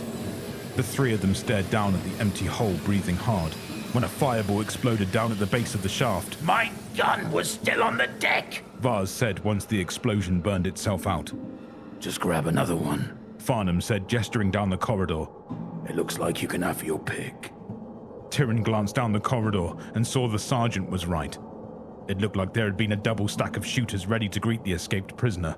The walls and deck were scored and burned from las rounds, and there were patches of slag from plasma discharge. There was also more blood, and too much of it to tell whether or not the team had hit what they were aiming at.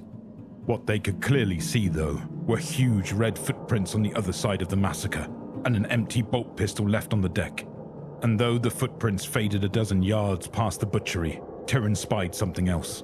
Fat, round droplets. And now that they were in a corridor with proper lighting, he could see that they weren't black. They were just a red so dark it looked black at first glance. What are you staring at?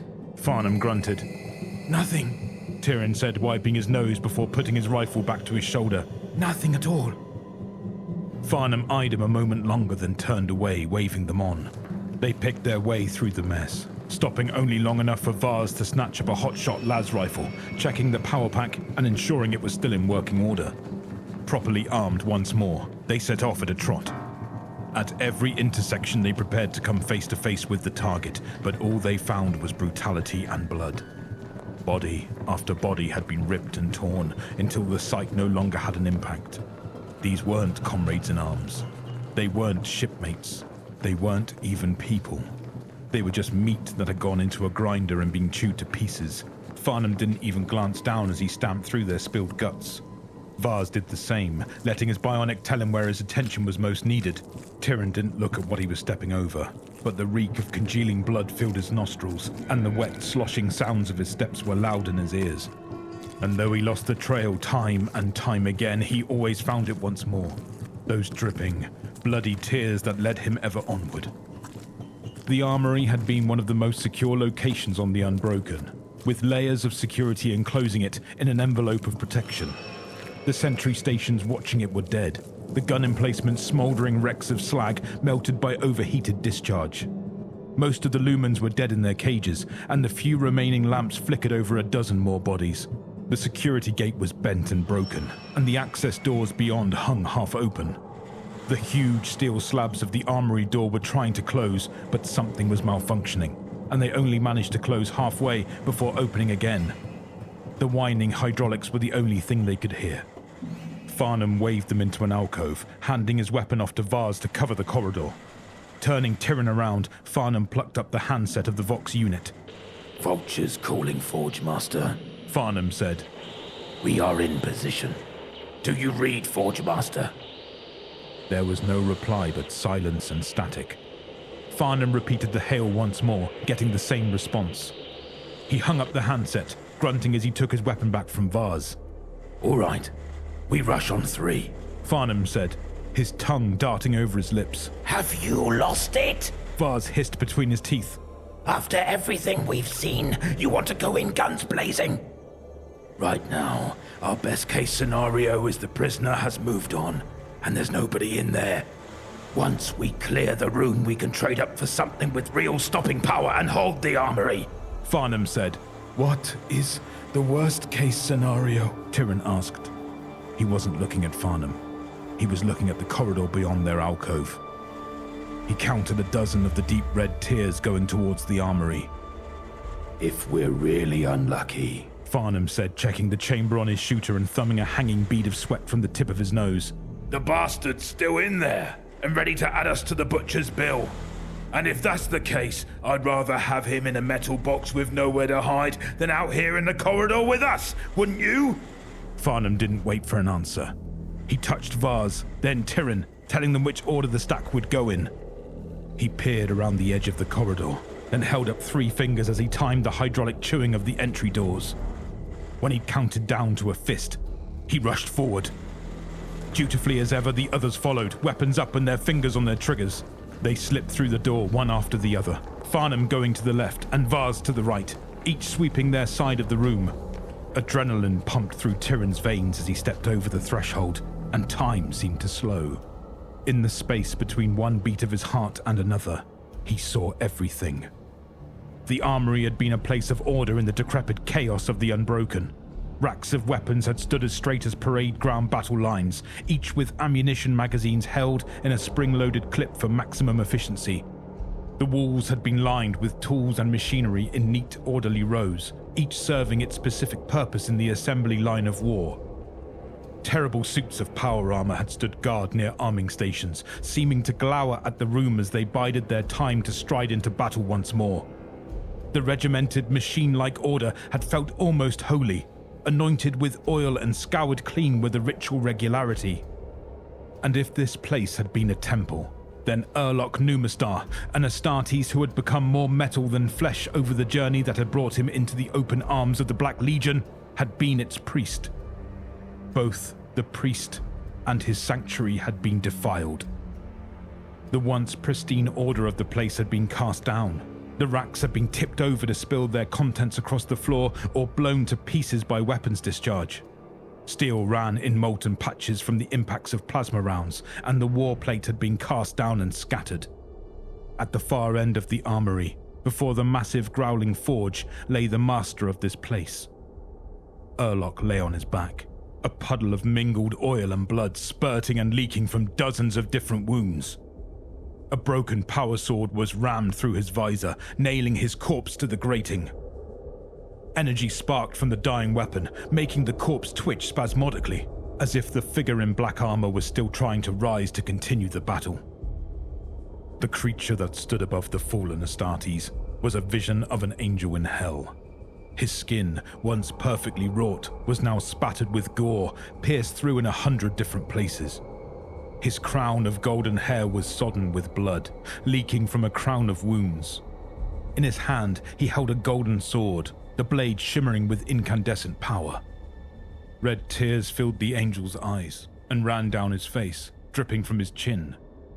In a moment that stretched forever, he looked into Tyrann's eyes. Tyrann felt the fire of the angel's gaze pour into him.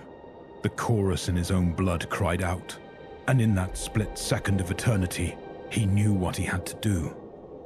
Farnham had his weapon raised, his good eye narrowing as he took aim at the angel. Tyrann squeezed his trigger first, the sharp crack of his las rifle deafening in the confined space. Farnham's head exploded like an overripe fruit, the remains of his skull spraying wetly against the wall. Tyrann was already pivoting, holding down the trigger as he faced Vars. Vars was quick, always had been, but it wasn't enough to save him. Tyrann's fire caught his shoulder, his chest and his thigh as he tried to dive for cover. Before he could say anything, Tyrann fired twice more into his torso, and he went still. Tyrann had barely looked away, but when he turned, the angel was upon him. He'd heard no sound, and he'd seen no movement out of the corner of his eye.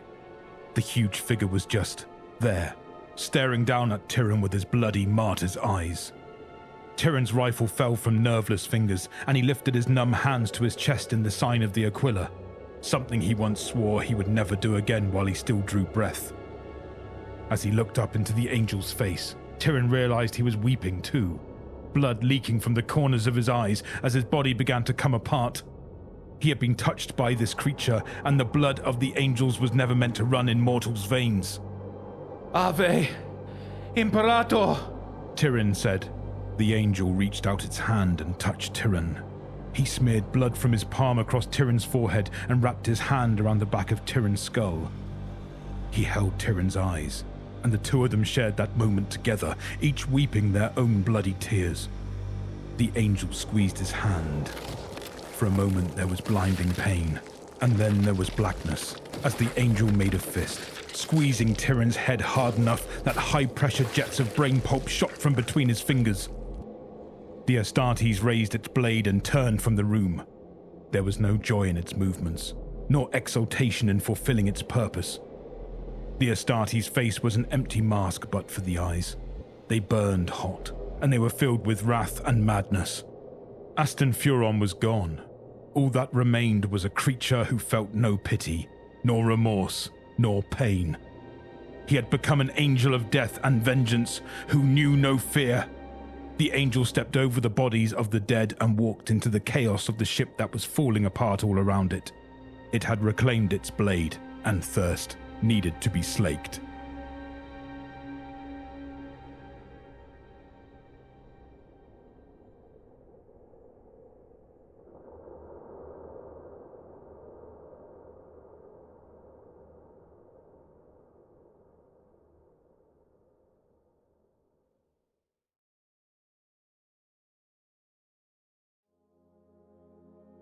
The Siege of Corellia. Week 5. 9th Black Crusade. 537.M38. What a fool you are, loyalist lapdog. What a weak, deluded, nauseating fool. Do you honestly think you've somehow managed to change anything? Are you truly arrogant enough to believe that you've actually made a difference? Kraug's crackling power maul smashes into Brenevir's side, buckling already damaged ceramite plating and cracking the fused ribs of his carapace, before he is hurled through the smoke-choked air to crash heavily against the bolter-ridden base of a devotional headless marble statue of the Primarch Rogel Dawn. The sickening sound of his spine snapping rings in the Lamenter's ear, like the fateful toll of a clarion bell. Each breath he draws sets his lung aflame. Blood floods into his mouth as behind his fizzling alarm-swamped visor, his sharp, regal face contorts into a bestial expression of rage and pain. Somehow, he has kept a hold of his gore-clogged chainsword, now missing most of its teeth and running perilously low on promethium. The growing mob of cultists watching the duel scream howl in triumph and prepare to swarm the battle-ravaged plaza and hack Brenevere apart with their assorted weaponry and their sheer hatred. Stay back, curs. He is mine, and mine alone. Do not interfere. Kraug's amplified command booms through his Vox speakers, causing the corrupted mortals to cower back, collectively grimacing as the words hit them with near physical force. Adjusting his grip on his spiked maul, the Iron Warrior Chaos Space Marine Terminator lumbers over to where Brenevere struggles to rise. Half stunned by the devastating blow, his battered yellow power armor smeared in blood and ichor and soiled with soot and ash. The Lamenter rips off his ruined helm and bares his teeth in grim defiance as Krauk looms over him like an unstoppable juggernaut forged out of iron and spite. There is nothing you can do that will make me regret my decisions or mourn my actions, traitor. Molly is safe now. Molly is...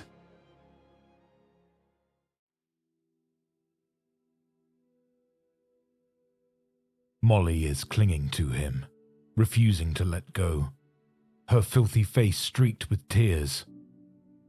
No!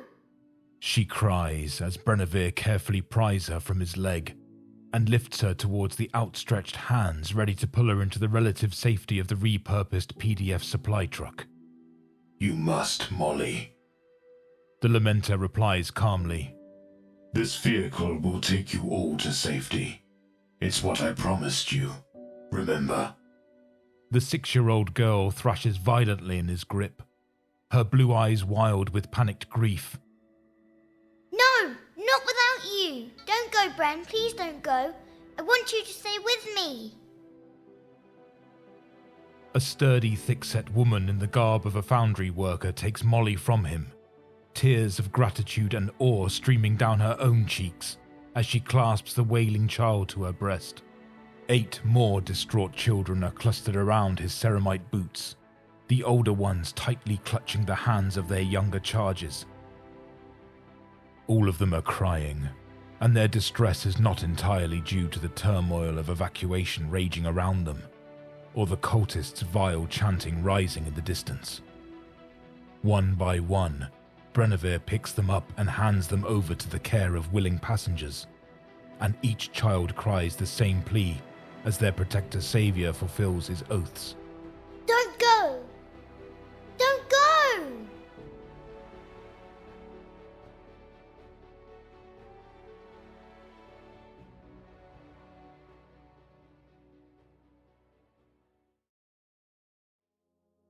You claim to cherish them, Lamenter. Kralk's metallic vox-distorted voice is laden with both amusement and incredulity, as if he is offering Brenneveer an opportunity to deny that this is genuinely the case. I find such sentiment quite ludicrous. Were the lives of a handful of ragged slum children worth this needless pain? This pointless sacrifice? Yes! Brenneveer gasps, dark clots of blood spilling from his lips as he forces his arm to raise his dying chainsword to counter the traitor marine's maul. One sweep of Krauk's weapon smashes the blade aside, tearing it free of the Lamenter's weakened grip.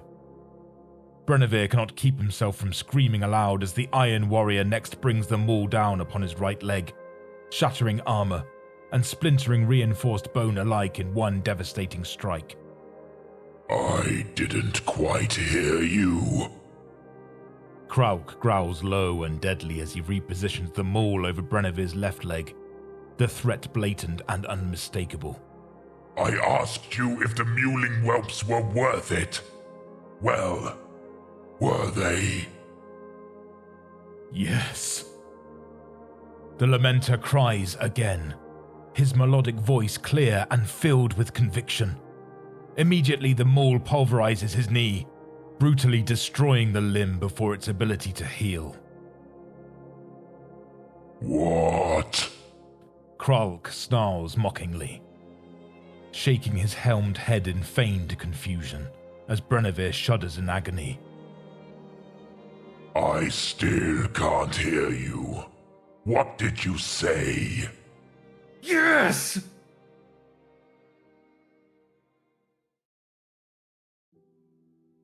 Brenneveer is about to turn from the idling truck and rejoin brothers Athrulf and Ralland at their newly established defensive perimeter, when Molly's plaintive voice halts him. The little girl strains to reach him, clasped tight as she is in the strong arms of the foundry woman, her tiny, dirty hands stretching out to him imploringly. Don't go! She sobs. Don't leave, Bren. Please, come with us. Brenneveer extends a gauntleted hand and Molly desperately grabs his armoured forefinger, her knuckles whitening as she squeezes it with all of her might. Molly. The Lamenter speaks as softly as his vox grill permits. Molly, I must go. There are other people, other children who need my help. I have to go rescue them too. You must be a brave girl while I'm gone. This kind lady will look after you and the others. Do you promise to be good while I'm away? Molly sniffs and blinks back her tears. I promise, but will you promise to come back and find me? I'll miss you. Behind his visor, Brenneveer smiles sadly. I cannot make that promise, Molly. But do not be afraid. The Emperor protects, as always, and I will never forget you. Gently, he extracts his finger from her grip, and before she can start crying again, he turns and strides away, grateful that his helm hides his own tears.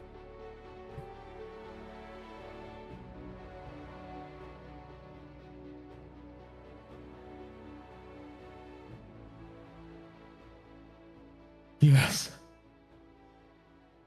It is fortunate Molly cannot see her steadfast saviour now.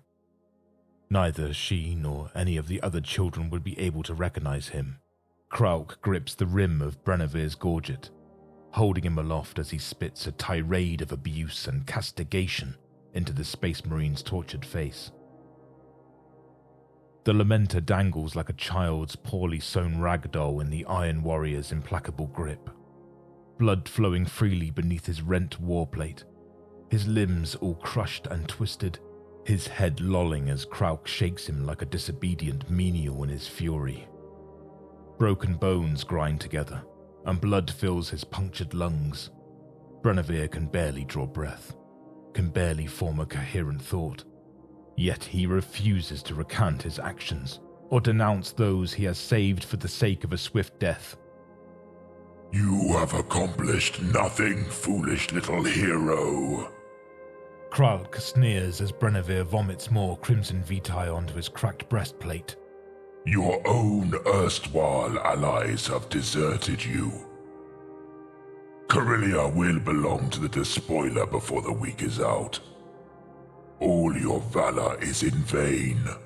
For every terrified child you protected, 100 more are hunted down and slain like vermin amongst the ruins. For each shell-shocked civilian you led to safety, 1,000 more are rounded up and butchered like groks in the squares. The thirsting gods laugh at you, Lamenter. Unlike your false emperor, who could only sit and scream into the void, every mortal you've saved thus far will be either slaughtered or enslaved, and their cries of despair will echo throughout the immaterium to delight the primordial powers, as will yours. Fresh agony bursts anew through Brenevere's shattered body as Krauk releases him and he falls to the scorched flagstones, barely conscious and all but paralyzed from the relentless beating. This time he keeps the screams locked behind his teeth. The restless mob of cultists edge cautiously closer in hope that they might be allowed to partake in the death of one of the Emperor's loyal sons. Brenevere gazes wearily up at the hulking ironclad nightmare towering over him like doom incarnate. Then he coughs up another mouthful of blood and takes a deep, burning breath, recalling the great sacrifice his own suffering Primarch made so long ago. What are the delights of the ruinous powers to me, traitor? He snarls contemptuously through reddened froth. I exist to defy and deny them, both in the thrill of victory and in the pangs of defeat. I am the shield which protects the weak and the forsaken. I am the sword that defends the powerless and the forgotten. I am the spear that wards the innocent under. You are nothing! The Iron Warrior roars as he grinds a heavy ceramite-shod boot down upon Brenevere's labouring chest. I slew Astartes 100 times your worth on the black sands of Istvan V, and I declare truthfully that you are nothing. Your forsaken chapter, this besieged world, your rotting Imperium, your impotent corpse god. Everything you are loyal to will be broken in the end. This is just a foretaste. A personalized lesson concerning the inevitability of futility. Now, I ask you one last time. Were those useless, snot-nosed brats worth it? Yes, both now and always, Brenevere gasps, smiling faintly, despite the all-encompassing pain, vividly recalling Molly's look of astonished wonder when he had entered the little run-down back-alley chapel, to find the 9 undernourished street children gathered together like frightened birds before the yet undesecrated altar, invoking the Emperor and Sanguinius for protection with simple beseeching prayers as their hive city slowly fell apart around them. Seeing such uncontained joy on such an innocent, hopeful face had made the entire search and rescue mission worth every grueling hour. I have no regrets, Abomination. None. For those I cherish, I die in glory. Krauk laughs, a harsh, gratingly hideous sound.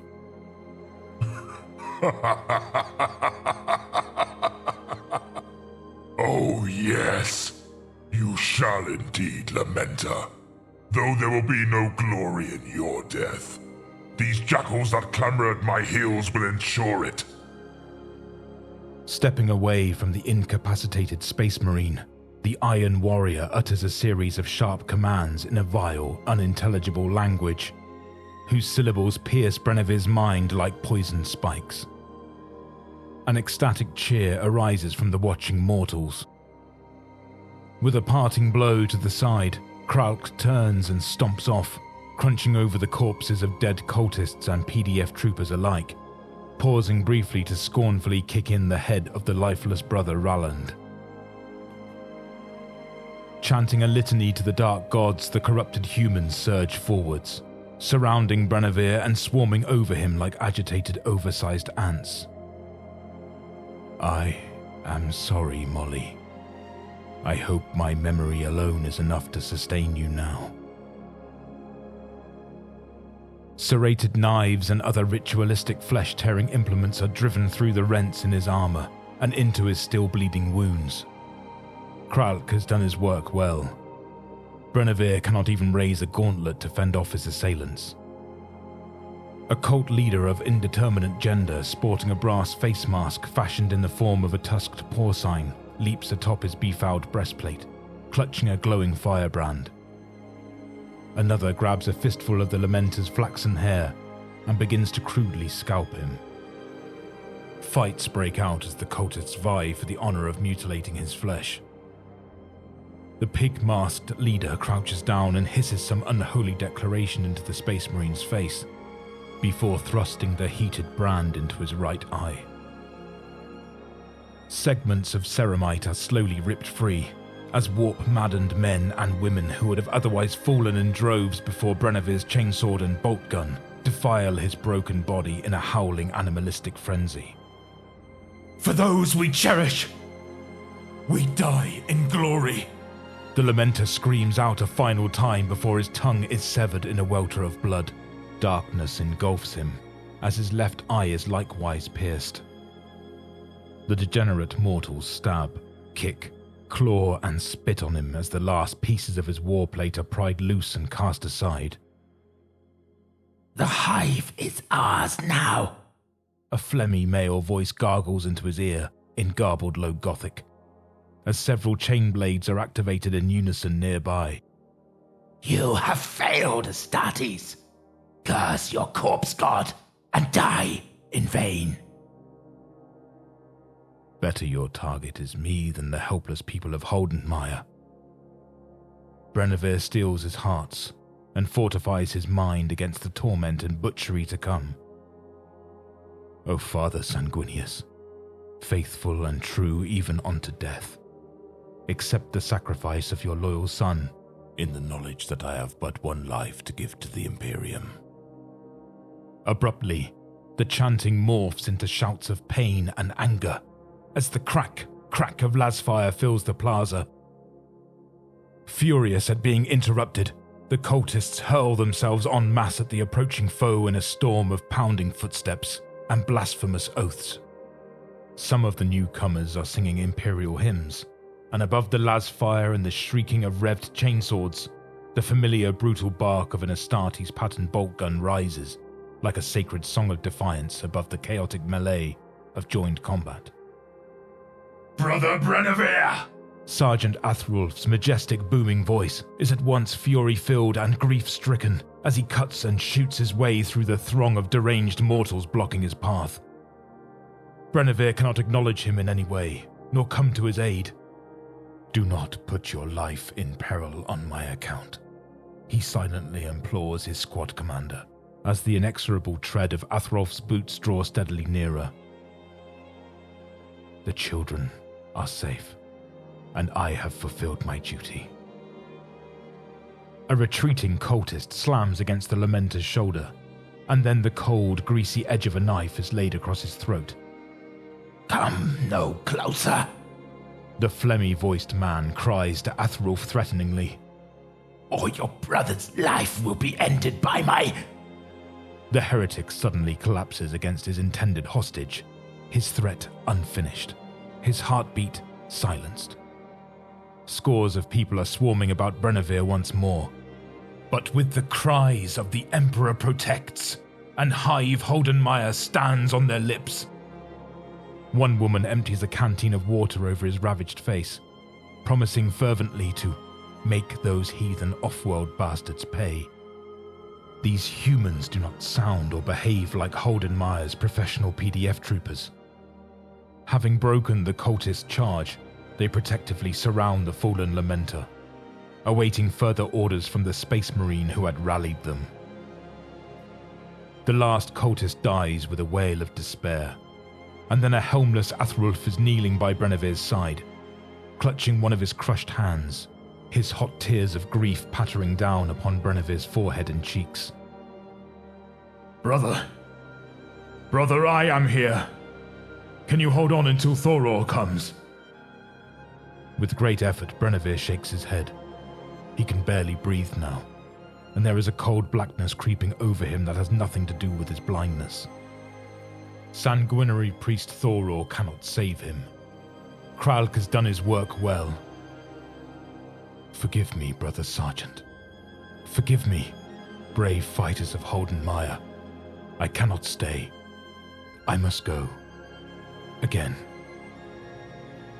Instead of shrinking back from the demoralizing sight of one of the Emperor's angels of death brought so low, the embattled citizens the Lamenters had sworn not to abandon to the depredations of the Black Legion pressed forward and placed their hands gently upon Brenevir's exposed form, their touches reverent and respectful in contrast to the ministrations of the cultists.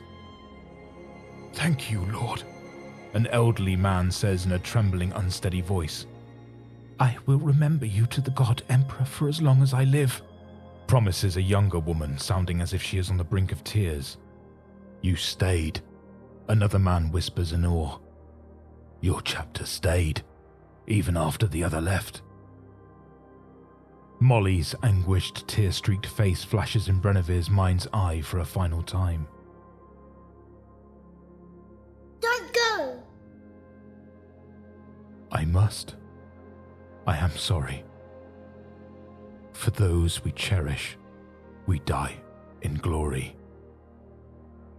Brother Sergeant Athrulf of the Lamenters' 3rd Company bows his head as death claims the last member of his squad, feeling as if another piece of his heart has been torn away and trampled upon. For those you cherished, you died in glory, brother, he whispers quietly, before kissing his subordinate's pallid brow. He cradles the Space Marine's brutalized body against his chest, weeping silently. May Sanguinius accept your sacrifice, and may your soul take its rightful place in the Emperor's eternal legion alongside all of our fallen brethren. Rest in peace. We who still draw breath shall hold the line without capitulation or complaint until the bitter end. Rising, the Lamenter sweeps his piercing blue-grey eyes over the stricken faces of the mortal militia he now commands. Virtually all of the assembled men and women have tears running down their cheeks. Some are crying outright. Still, they straighten and try to collect themselves as Athrulf gazes at each of them in turn, assessing them for signs of flagging resolve or stress-induced madness. "Do not mourn, Brother Brenevir," he says as he dons his helm, obscuring his fair, statuesque features behind his blood-spattered beaked visor. "His fate is the fate that awaits all Astartes of the Lamenters chapter. Pray rather that your own deaths are as valiant as his, regardless of the circumstances. Our chapter master and company captains all swore before making planetfall to never forsake the people of Corellia while the arch-enemy yet assails you. And those are oaths we will never renege, even though our allies abandon us, and the traitors heap contempt and death upon us. Stand fast! This is your city, and by our sacrifices we have consecrated it in the holy blood of the martyred Primarch. For the Emperor! For Sanguinius! For those we cherish! For those we cherish! The loyal hivers cry aloud in one voice as they collectively raise their scavenged weapons in defiance, their grieving faces hardening in determination. Athrulf salutes Brenevir's corpse with his sizzling power sword, his eyes lingering unwillingly on the dead Lamenter's profane wounds, knowing in the depths of his own heart a similar fate awaits him and those he leads. Behind his visor, Athrulf smiles sadly. It does not matter. He is a scion of Sanguinius, and like his revered gene-sire, he exists to serve as an example of righteous purpose and as an exemplar of the nobility that still exists within the human species. If our Primarch suffered such an end, then we, his misbegotten sons, must expect no less from this hostile, hope-forsaken galaxy. The distant stars burn all the more brightly in the void, because they are forever surrounded by such a great darkness. Thus, we must strive to be as stars to the Imperium's people, so that they may know they are not alone in the vast darkness. Baring his teeth in grim acceptance, Athrulf maglocks his sword to his hip and slams his next-to-last clip of ammunition into his spent bolt gun. A nearby explosion showers more rubble across the corpse-strewn plaza, causing the unarmed civilian soldiers to scatter for cover. Another band of cultists clad in gaudy silk robes and wielding elegantly curved scimitars and bejeweled needle pistols charge through the swirling smoke, singing perverse praises to an even more perverse deity. Come to me then! Athrulf roars deafeningly as he swiftly redraws his sword and strides forward without hope or fear to meet the onrushing enemy frontrunners. For those we cherish, we die in glory!